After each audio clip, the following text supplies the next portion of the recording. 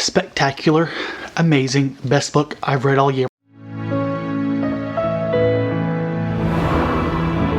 Hi everyone, I'm Josh. Welcome back to my channel. Today I'm going to be doing another vlog where I'm going to be reading some arcs that are coming out or have come out semi-recently because I need to review my arcs, and this seems like a fun way of doing that. The snow is melting.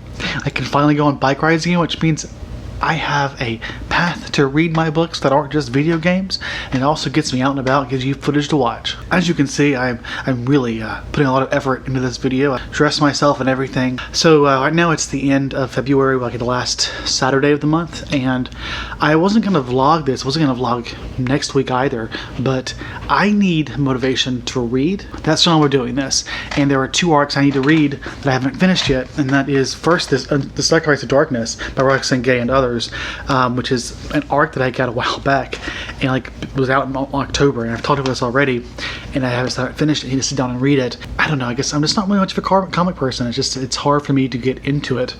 But I feel like once I get started, I'll enjoy it. And then there is Sorrowland by River Solomon, and this is one that I want to read. I really do, but I have been postponing it because it isn't out yet, which means I don't have audio, which means I have to use an ebook, and that's just a daunting task that I've yet to do. And I'm hoping this weekend I'll at least finish this and start Sorrowland. So in addition to these three of the books that I'm starting, I mentioned in my TBR, are going to be The Witch's Heart, and The Quick, and The Conductors. Two of those come out on the 2nd of March. Witch's Heart came out this month, February, so it's already out. So I'm going to listen to all those, and that should be good. I'm hoping finally, with the temperatures increasing above zero Celsius, things will get better. It'll be easier for me to read. I'm actually going to spend today going out and looking for a new bike. At least it'll get me out and about on my current bike, which just is falling apart. I need a new one. So let's have some fun. Let's go enjoy the world again. You know, it's still COVID, still pandemic, so let's not go too out there. A little fun now and then, it never hurt. Well, you know what? Let's just go. Let's go.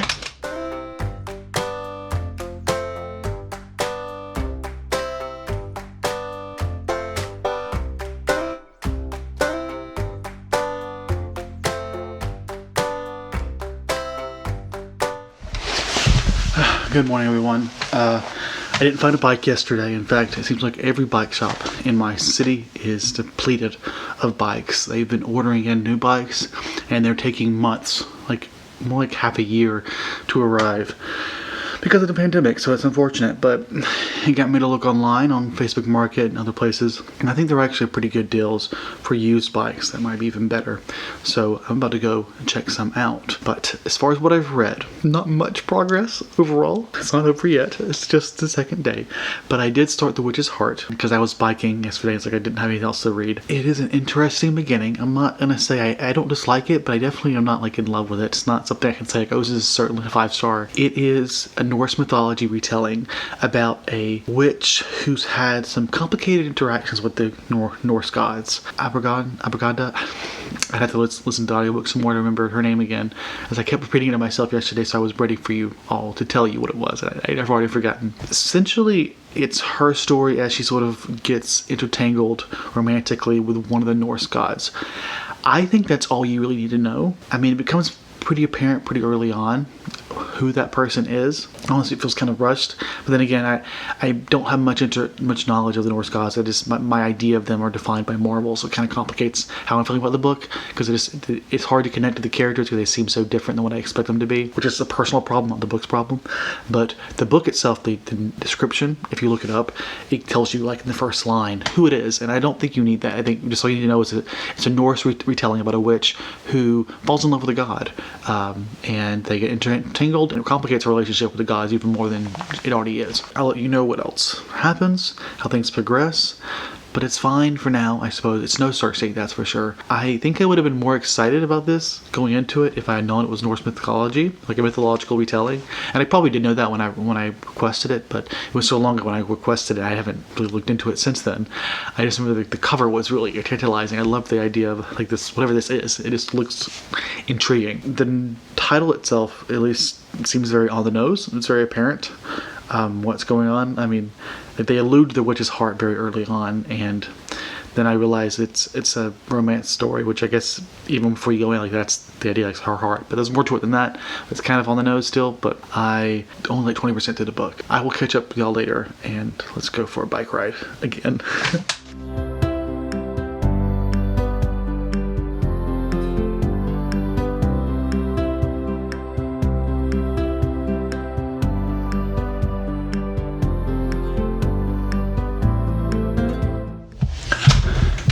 So I went.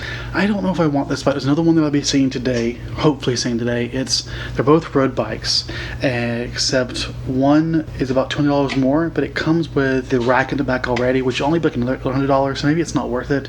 But at the same time, the bike that I just went to see has really thin tires, so it's like a road bike.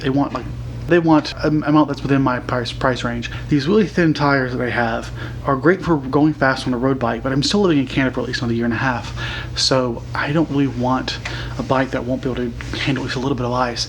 So I'd rather have a bike that comes with tires that have a bit more thread on them. So I'm gonna take a look at that, and this guy said he's willing to deliver this one. Hard to say what I will do. As far as the book goes, I think I'm connecting more, at least like I care for our main character and like about their relationship with their partner. I'm still wondering though if I like the story overall. Like the writing's fine, and I think the storytelling is fine too. Like I believe the connection that's there. It doesn't feel forced, but I'm still wondering like what is this story supposed to be adding to the conversation.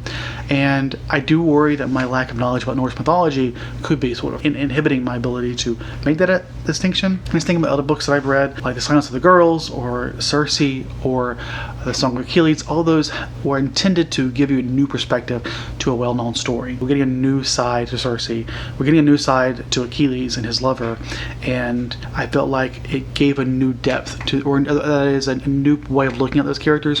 While these characters, at least the big one, the god who she's involved with, I'm not sure what we're supposed to be getting from this character, what new we're supposed to be seeing about them, because really it just feels like we're seeing their character play out as expected, or at least has been traditionally expected. And I'm not saying it has to do that to be a good book. I'm just saying I'm not sure I can like it as much if it doesn't try and do that. That's where I'm at.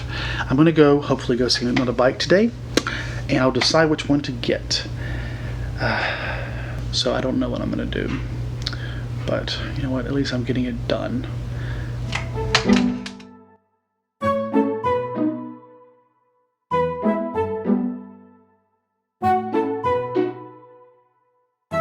Okay, this is the bike I got. I ended up going with a more expensive one, which is honestly the one I wanted.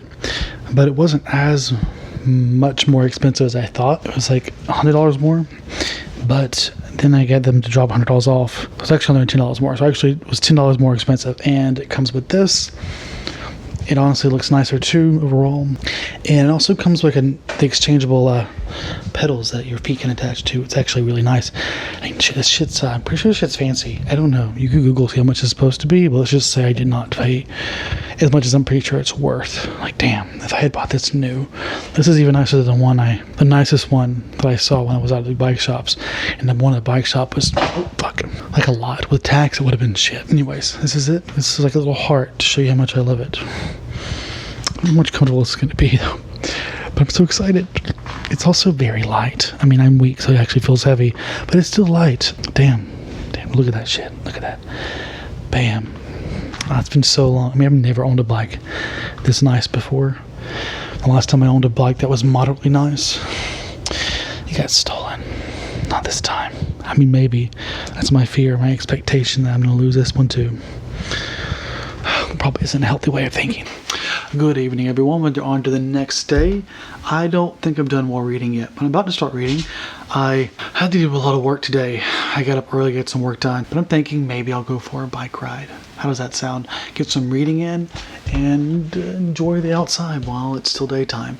We did get a bit of snow, so I'm actually not entirely confident how far I'll be able to make it.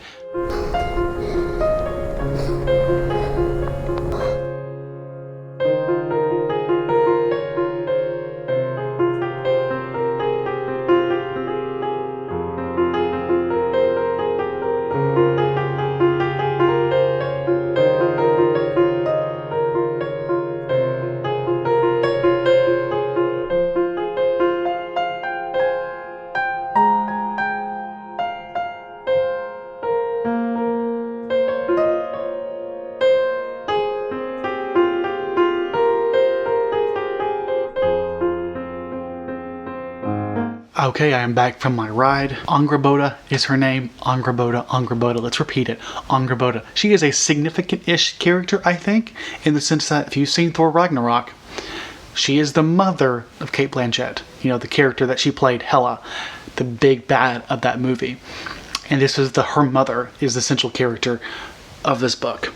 So there was a lot of backstory. I'm wondering how much of it ties to Norse mythology. So it feels very similar to Madeline Miller's works in the sense that we have this characters with a new perspective, particularly like Cersei, where it's like an entirely new way of looking at this character.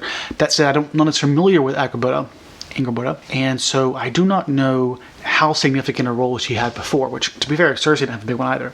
Still, I do not feel as if I'm being made to feel for Angrboda as strongly as I did for Cersei. And I do not know why that is. I tend to just say it's the book's fault, so it's not as effective as Cersei. But overall, I think it's interesting how it's telling a story. It does require you to, I think, drop those preconceived notions of these characters, or the characters that you're familiar with. If you're like me, it's likely through the MCU that you're familiar with it. So think of it very different. Let's just like drop our perceptions of what our characters are like, and let's enter this from a new perspective where our characters could be anything. So that's what we have here. And I want to highlight again that this is more than just a love story, which I'm very happy with. I would have been very dissatisfied if it was just that. Here's Angrboda, and she's a witch, and she gets involved with a god. And then things ensue, a lot of things. Big picture, I think this is all meant to humanize our characters and understand how things play out, how we get to this moment. It's still not as effective as Madeline Miller's books, but as someone who loves mythology, I am loving the story that we're getting for the most part. Still not sure if it's 4-star material, but it's pushing it for sure.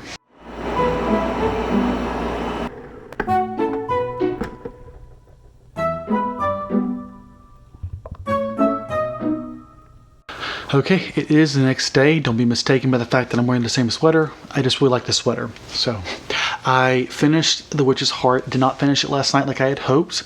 In fact, I ended up watching a movie instead. So a lot of what I've said already stands. It still stands. I haven't felt much different.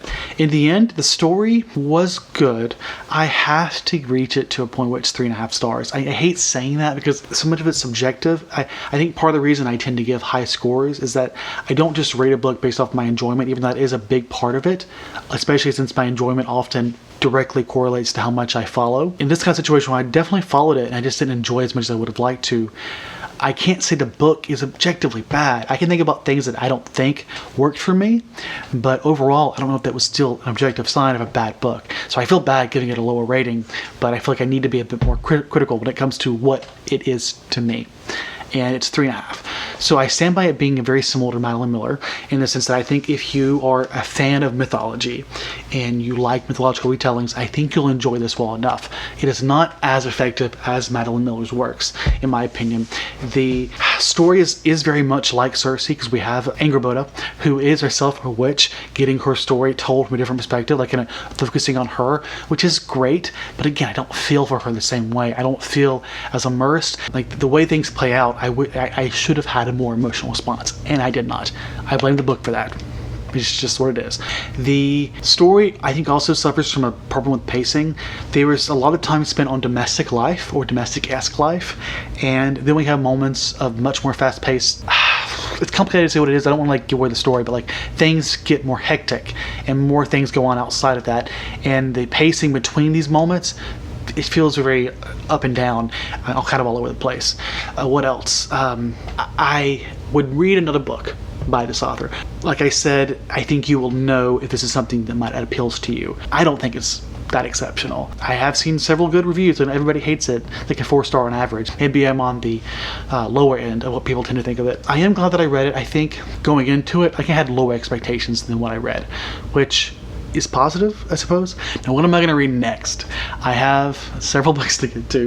I still need to finish The Sacrifice of Darkness. I need to finish or start Sorrowland. And I need to read The Conductors, and I need to read In the Quick. Of those 4, In the Quick and The Conductors are the 2 that I have on audio. I went ahead and I decided to throw in some quantumness into this. There's a quantum number generator to decide which book I read next. from the audio, the two audio to be clear. The other two aren't as easy to read like when I'm biking. So let's see, I'm playing it out now, hopefully the video here, as I already did it. And 1 was in the Quick and 2 was the Conductors. And I ended up getting a 2. So I bought it on Audible and now I am about to get ready to listen to it. Let's get at it.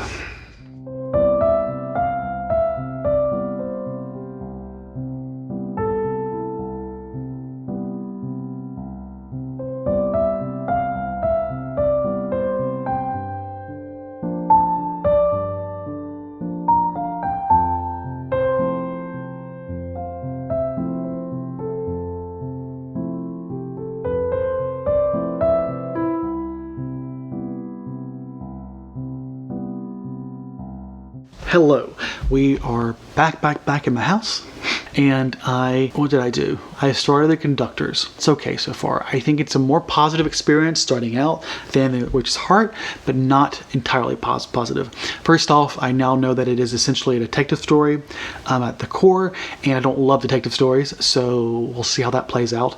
But the base of the story is this idea: you have these two, or at least one character who was a conductor during the Underground Railroad. She also has magical powers. This is in a world where magical powers are very much a part of the norm, and this is focusing on the time right after slavery has ended, but it does have interludes interlaced in the story. That's why I give you flashbacks to how we get to this point, to the life of our conductors before the emancipation of the slaves.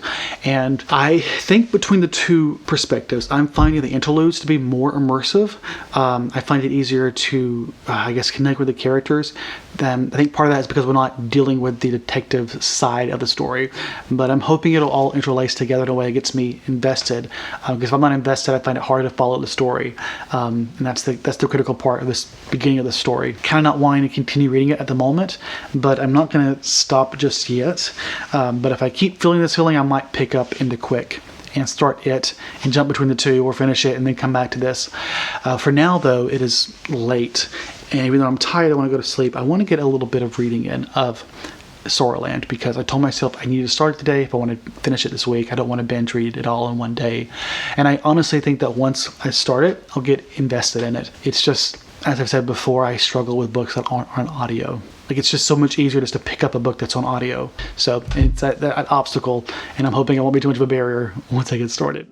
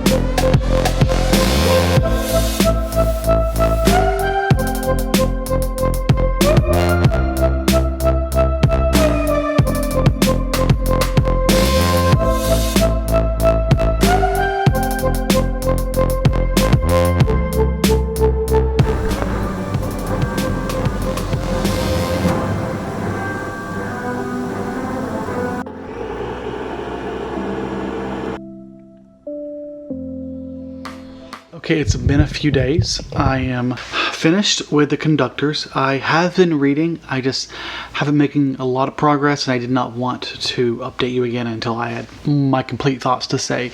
I'm going to give this book 3 stars. Unfortunately, it just doesn't work for me as effectively as I would have liked it to. I had trouble, I guess, just connecting with the characters. They're not unlikable or anything. It's just the story, the basic, the idea of the story is it's a mystery, murder mystery, where they're trying to hunt down the bad guy. And big picture, I think the story is meant to be more than that in the sense that it's about the characters, and the mystery is more just a way to get us introduced to understand the characters that we're dealing with, our 2 main characters, and us connecting to them. And it's hard for me to connect to them when I really just fundamentally don't care about the main plot. When I find the main plot sort of just difficult to connect to and follow along with. The flashbacks, which gave us sort of a prequel ideas as to how we got in this position of these 2 individuals who are now married in this sort of convenient relationship, it gives us a sort of transition from when they first met to now to help us appreciate their journey. And I actually found that more effective than the main storyline. I think it was it Mara or someone else who said they think that the author included the interludes because they realized the pacing was just too slow. Well, not enough was happening in the main plot. And I wonder if maybe that's why I just happened to enjoy that more. The magic is very creative, and I wish I felt more invested in it and in the story enough to, I guess, to feel more invested in the magic itself. And I just didn't, so it would have just appreciated the value of the book. Now, there are some pretty good reviews. Chloe from This Old Verse seemed to think very positively of this book. They went pretty deep into the mythos of the book, and I thought it was really creative. And I think for that kind of discussion, check out her video for a more positive review, but also for, I think, a deeper dive into the book. Overall, it just did not work for me. Still a fine book. The writing I actually liked. The narrator, Barney Turpin, is fantastic, but by the end of it, I just kind of wanted to be over. I wasn't invested in the main narrative, which is disappointing because I had hoped I enjoy it. And I didn't. So 3 stars out of 5. I have not made any progress in other books. I am reading other books, other blogs, particularly Lord of the Rings right now. So I'm sort of balancing the two, and it's taking a bit more time. I haven't started Into Quick yet, and I don't think I will. I think I'm going to try and spend the rest of the day reading the other 2 books. That said, I have a meeting. We have a new person in our lab, so we're going to introduce them to the campus and walk them around, outdoors for the most part with masks on. Very social distance. Once that's done, I'll come home and I'll probably do some reading of the other 2 books.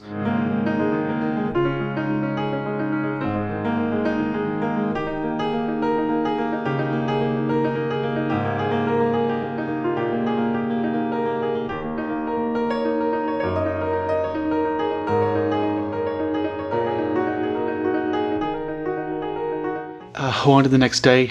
So I have started In the Quick, and I have some great news, which is that we finally have a book that I think might be like high level material, a book that I'm getting a very positive feeling about early on, which is a great sign. I wasn't sure what to expect going into this book because honestly, I didn't know much about it going in. In the Quick is this pink space travel story, what I thought was going to be about a woman who was queer in space.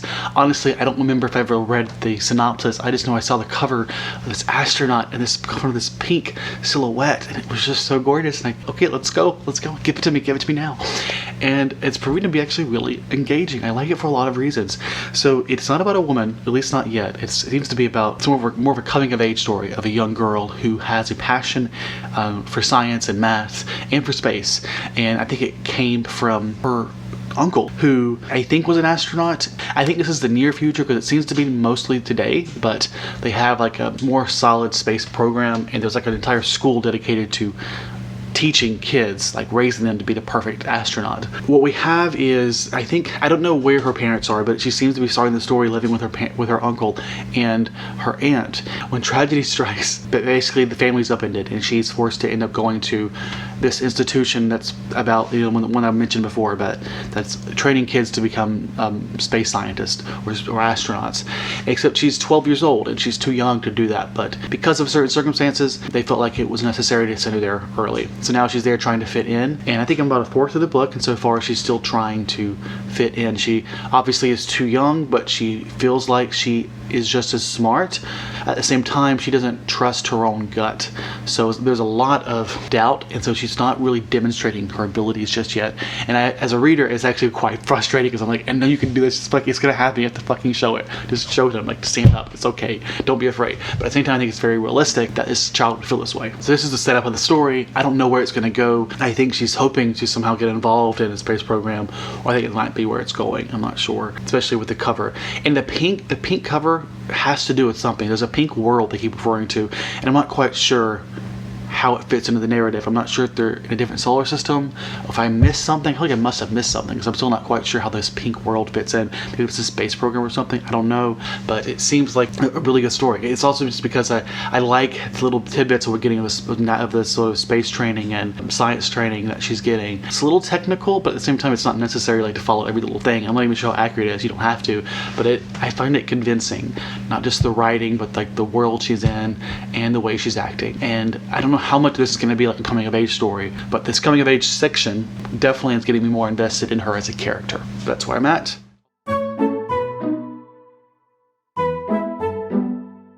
Okay, we are on to Tuesday. I think I updated you yesterday. I've finished a couple books. I finished In the Quick and The Sacrifice of Darkness. Since I've already started talking about In the Quick, I'll start there.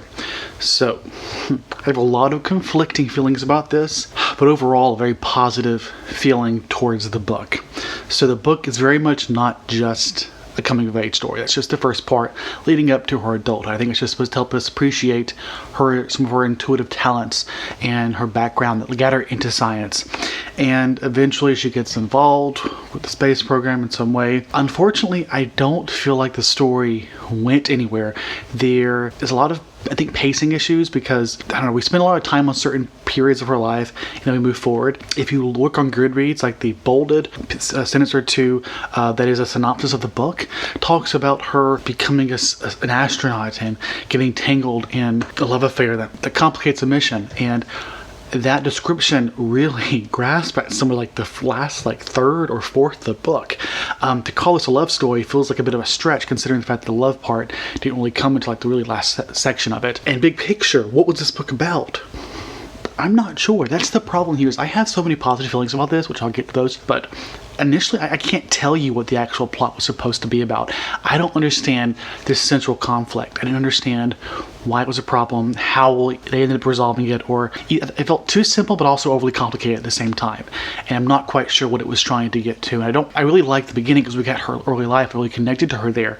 But ultimately that initial coming of age section of the story, it almost feels like it was unnecessary because it was a lot of effort to put into her for what I felt like was a lackluster payoff in the end of her abilities. But at the same time, as we see her learning and as we see her as an astronaut, we see her doing things that I feel like, I don't know, I found it very satisfying as a scientist. I found it very immersive, if somewhat confusing at times, and I enjoyed it. I mean, I liked reading it.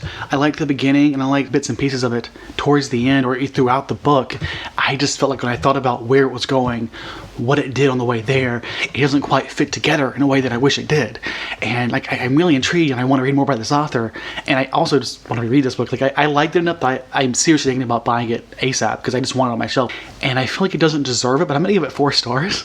I can't say whether or not I recommend the book because I feel like that 4 stars, I'm not sure if it's justified. The story, I don't think it's 4 stars, but my feelings around the book and the science side of it, I don't know, kind of, I enjoyed it enough to like it. And I feel like it doesn't deserve it, but I'm going to give it 4 stars. I can't say whether or not I recommend the book because I feel like that 4 stars, I'm not sure if it's justified. The story, I don't think it's 4 stars, but my feelings around the book and the science side of it, I don't know, kind of, I enjoyed it enough to like it. Now, I should have said this foremost, it is not queer at all. This idea that it was queer came from 10 out of 170 ratings on Goodreads, and 10 people called it LGBT, and I'm pretty sure I was one of those 10, based off of what that was already there. And there's nothing LGBT about this. I think there's one minor character who has like a side plot, and for some reason I thought she was queer, and she's not. In fact, there was a heterosexual relationship going on in this book. Those are my thoughts on this. And so 4 stars. It is still better than everything else I've read so far, despite the fact that I feel like it's a bit of a mess. I still don't know what the peak planet is. I feel like I should know that by now, and I still didn't quite understand where the peak planet was, what it fit into it. I'm pretty sure it wasn't Mars. Mars is red. Mars is referred to as red in the story. So what was this peak planet and what was going on there? I feel like there was a key piece of information that I missed when reading this. Now, The Sacrifice of Darkness, which took me forever to read. I think I started it back in October when I got the e-arc, and then I never actually finished it because I was going to wait till I bought it. But as far as the story goes, I feel bad here because I feel like the story, from a structure perspective, the story did much better than In the Quick, but I'm still giving it 3 stars. This is a world in sort of a surrealist sci-fi world, almost dystopian-esque, not quite our world, but tangential, where something happens. Basically, a man sacrifices his life out of grief and sorrow and his pain to get closer to the sun as this sort of fatherly figure, and it snuffs the sun out, and the world has to go on. And the son and wife of this man are criticized and attacked and belittled by the town. The story is this relationship forming between this young boy and this young girl who befriends him when she realizes that he is getting bullied for what his father did. And we're seeing their relationship develop as their kids and into adulthood. And that's mirroring the relationship of his father and his mother and how they came together. I mean, it was beautiful, and I felt like it worked well enough as a narrative, but it seemed like an unnecessary, complicated premise for such a simplistic plot. Like, we have this simple story of just like basically a love story, two love stories reflecting one another, and we have this surreal world where weird sci-fi is happening. Like, the sci-fi rules in here don't make sense, and I can accept that because that's just the type of world it is. It's not traditional sci-fi, like, as if it's meant to be realistic. To make us invest in such a complicated and surreal world for such a simplistic story, to me, felt lackluster. I was really hoping for a more satisfying sci-fi side to it to sort of spice up the main narrative, and this wasn't. It was more just a plot of convenience. Not saying convenient things happen, like resolve everything, but I recognize that she wanted the plot to go in a certain direction, and because the sci-fi rules are so loose, it makes it really easy for that to happen. Isn't a satisfying payoff because of it. And couple in the fact that the artwork, or at least the coloring of the artwork, was not my cup of tea.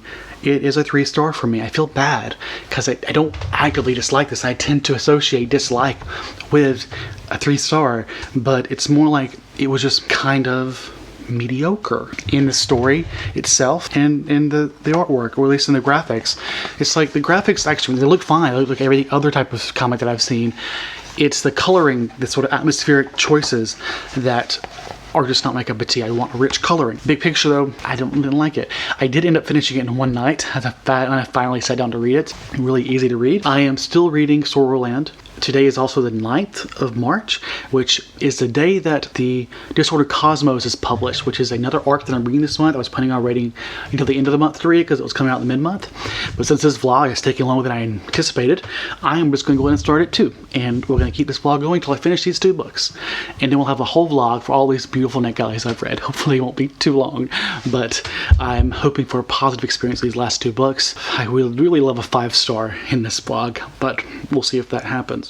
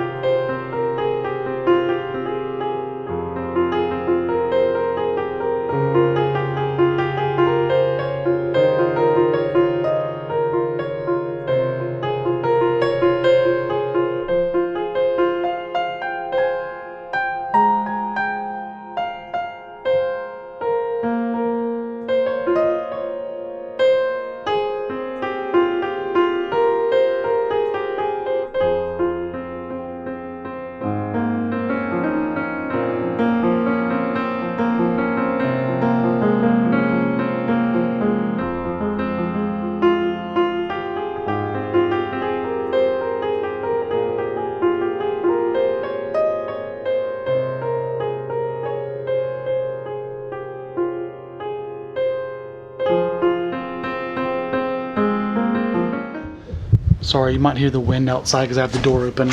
Sorry, the window open. And the door, I guess. Because it's such a nice day. It's like 60 degrees. I have this new package I wanted to open up and show you. Don't look at the tag. What can it be?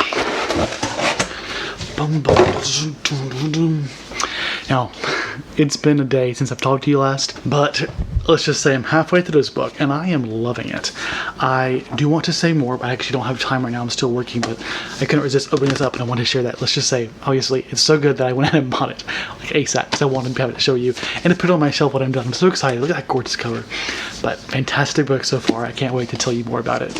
So I am back. It's the same day still. I had a long day working. I haven't made any progress like on the book since that bike ride. It's been like a day, actually like 2 days now, I guess, since that actual bike ride.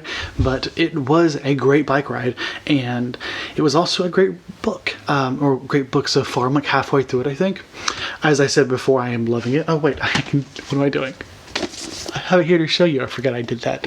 Ah, so beautiful. Smells okay, like a book. This book is split into, I think, 2 to 4 sections, I'm not sure. But it starts off with a review of the cosmology science, like many books do this kind of way, like a lot of the cosmology books I have here from authors who are communicators but also physicists and scientists in the field. It's the same sort of way of approaching it. I think the way in which she's describing the science is as good as anyone else. I've definitely read worse, like for example Stephen Hawking. I'm enjoying it. It is, I don't think, meant to be academic in nature, but I have heard some criticism from readers saying they think it's too complicated to understand. But as I said in my recommendation video that I recently posted where I talk about this, I think people have a problem, or people assume that you need to have a full understanding of everything that's covered in a science book, when I think that's very much the wrong approach to science. No matter what level you're at, you have to start somewhere, and I do think this is a good place. This is an example of a good place to start. Even if you don't grasp every detail, the idea is to try and, I guess, ascertain a big picture look to start with, and as you read more like this, you will begin to garner more information with time. And until then, it's okay not to, leave this book an expert on everything she covers. And I think people get scared away from books when they get some of its details and they realize, I can't retain every piece of this, when you shouldn't have to, and you don't have to appreciate it. What's more, the book is much more than just the cosmology side of it. She is transitioning so far into the science of blackness, and particularly melanin, and the physics of that. And it's a really fascinating conversation as we think about this sort of like electromagnetic spectrum and how it interacts with melanin and what melanin does and what it's capable of. And I believe we're going to be transitioning eventually into her experience as a black woman in physics. Right now it's just been an intertanglement of that with the science, where she has also sometimes commented on the science, or the racism that exists within the science. Like, say for example, dark matter. She actually references the anthology Dark Matter, which I think is like the primary title of an anthology of black sci-fi authors, where they draw an analogy between dark matter and how the creativity of black people are often overlooked and made invisible. I may be misrepresenting that a bit, but the gist is she takes a much problem with that idea. Because of her understanding of dark matter, she thinks it is the wrong way of trying to look at this, because it just perpetuates a bad stereotype of the idea that black people are invisible. When they're not invisible, they are being pushed aside and ignored, blatantly ignored. Dark matter, we can look and we don't see anything. With black people, they're there. They're just not getting the attention they deserve. Or worse, they're getting utterly suppressed. She goes into that conversation more deeply, but that's just an primary example of how she criticizes the terminology that exists within physics and how it's founded on the obviously systematic racism of our Western society. And so that's my general thoughts on this so far. I am loving this. As you can see, I bought this ASAP. I can't believe it came in the mail so fast, but I'm so happy to have it here to show you, because it really highlights how much I'm enjoying this and how happy I am that it's going over so well. I'm not sure if I said I had started Sorrowland, because I feel like I got like 20 minutes into it. I'm enjoying it. I haven't made it far enough to say much about it, but I will let you know if my feelings change. I probably won't update you again until I finish this. So, catch you.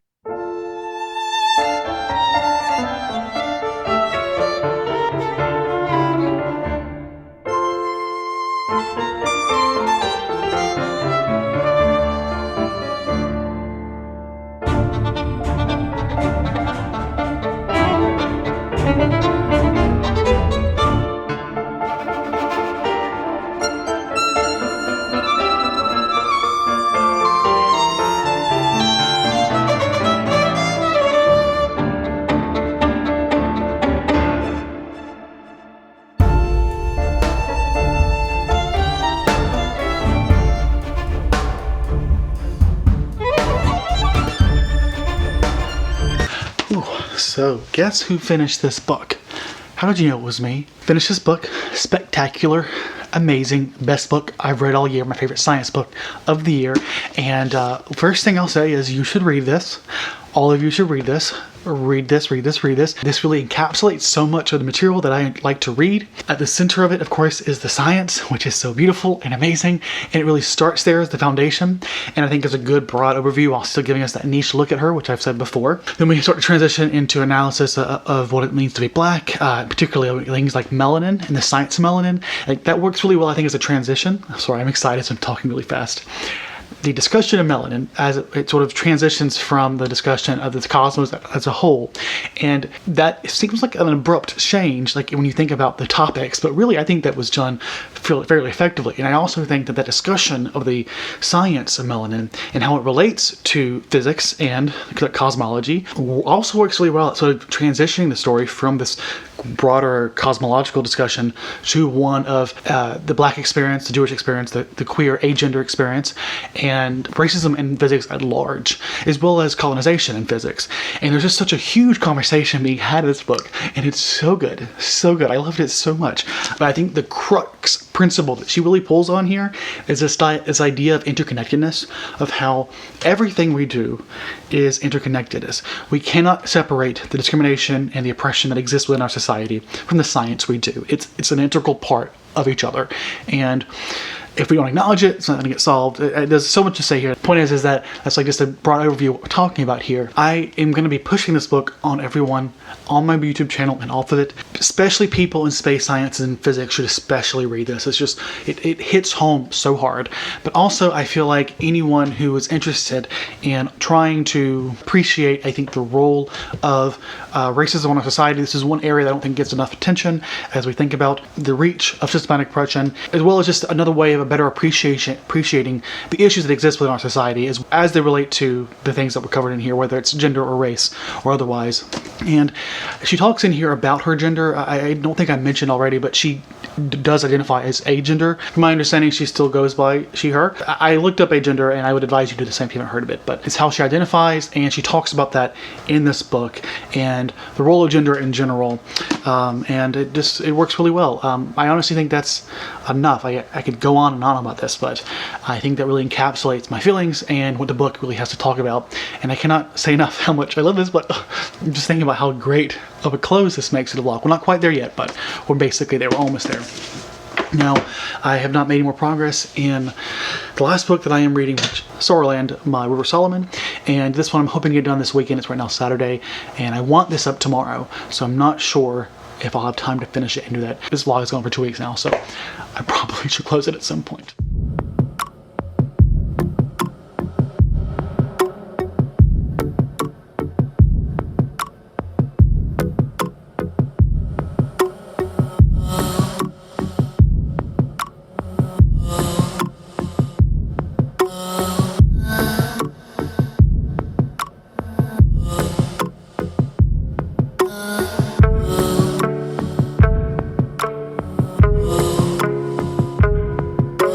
Hey everyone, so as you probably saw, if you were watching I guess, I had a flat tire yesterday and it really messed up my ride. In addition to that, I've had a number of other things come up and I don't think I'm going to have time to finish this book today, and so I'm thinking I'm just going to keep reading it on my own and just go ahead and close out the vlog here, unfortunately.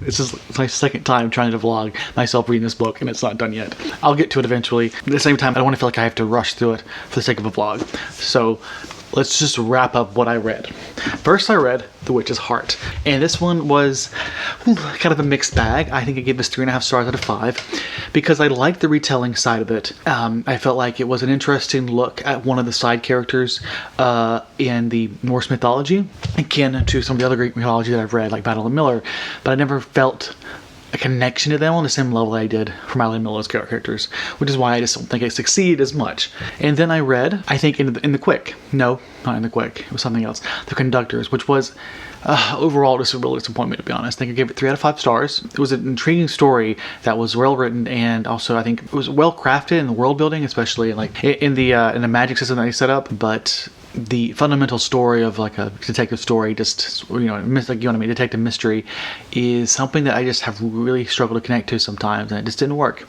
unfortunately, for me. And I probably won't finish the series, continue the series, if it's a series. I think it is a series. And there was In the Quick, which honestly was also a mixed bag, but ended up giving 4 stars anyways, because, why was that? I've already forgotten it. It's been like a week at most. I really liked the writing. I liked the introduction of how we got introduced to our character and her love for science and math. But the way the story progressed, I didn't quite understand the point of everything, but nevertheless, I loved how it was told and the world that it was set in, and part of me wants to reread it just so I can try and figure out exactly what the point was of the story, despite the fact that I did like it overall. So this is kind of like a weird review. Like this is one of those books where I would say that I don't know if other people would enjoy this as much as I did, just because, I don't know, I think there were certain things about it that were niche to me that connected to me in ways that I'm not sure other people would. So take that as you may. But the cover is gorgeous. Also, it's not queer. I think I said that at the beginning, it was queer or something. I said in my TBR, it is not queer at all. That was a big no, but still a fun story. Then we moved on to, actually this might have been somewhere in the middle there, The Sacrifice of Darkness, which I think I gave 3 or 3.5 stars to. I don't remember. You can go back. Overall, an intriguing story. It's sort of a surreal sci-fi that felt like the premise was not made use of effectively, meaning the story seemed overly simplistic for the weird sci-fi world we were given. Kind of disappointing. And then finally, what was an amazing conclusion, I think, is going to be This War Cosmos by Dr. Chanda Prescod-Weinstein. And this is a mix of so many different things. It's a study of feminism, of gender, science, physics, cosmology, particle physics, and race, and how they all interconnect. This builds heavily on other books that she talks about. I think I mentioned the list of books, and how some of the books have this premise of everything being interconnected, kind of like with quantum mechanics. Everything is interconnected in the same way that like all particles are connected, and you cannot intertangle the fact that to observe something is to interact with it, meaning the science that we do, the way we live our lives, everything we try and understand, try and improve, we interact with it. And it's a beautifully written story, and I don't know, it's just so good. And then there's Sorrowland, which I'm intrigued at the start of it. It seems to be about a young person who is, I believe, non-binary, and who escapes from this cult and has just given birth to 2 children, so is trying to survive. And I'm not sure how much of it is fantasy, horror, or whatever. Like, I've seen the genres listed on Goodreads. There's also some really fun commentary about Christianity, and I'm looking forward to more commentary when it comes to religion. But in the meantime, I'm going to keep going. We're halfway through the month now, so I have other books I need to read besides ARCs, but I made some good progress, I think. Hopefully I have the time to make this up today. I don't know if I'm going to go up, but I'm going to try. So, thank you so much for watching. If you made it to the end, why don't you give me like a Cosmos type emoji, something spacey, since this was my favorite book of this vlog, obviously, if that's not clear. I really, really hope you read this book. Let me just say, this is the one takeaway you get from this: read this goddamn book. Always, thank you so much for watching. Have a great day. Goodbye, everyone.